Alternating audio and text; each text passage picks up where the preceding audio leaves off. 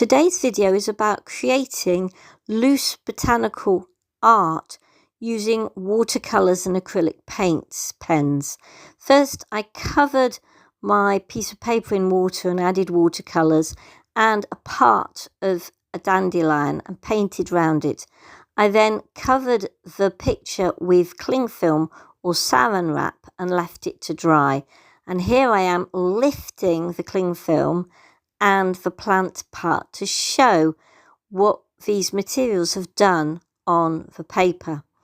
Next, I painted my piece of dandelion with thick watercolour paint and used it to print on the paper.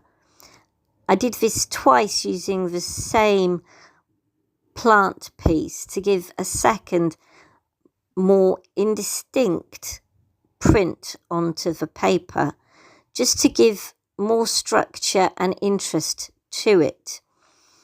As you can see, it's looking very interesting.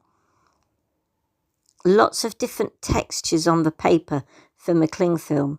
And then I used acrylic paint pens. Here I'm drawing in the dandelion flower petals, which are kind of wild and with little flicks to give that effect of uncultivated nature.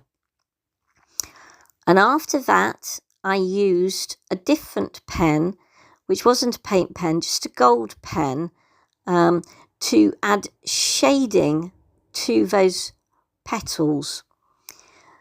Then I used an old white paint pen to create a globe of soft white as a dandelion clock to have as a basis for this structure in the picture. I then added gold acrylic paint pen for the stem and for dots to show the seeds, and also I did white dots in acrylic paint pen as well.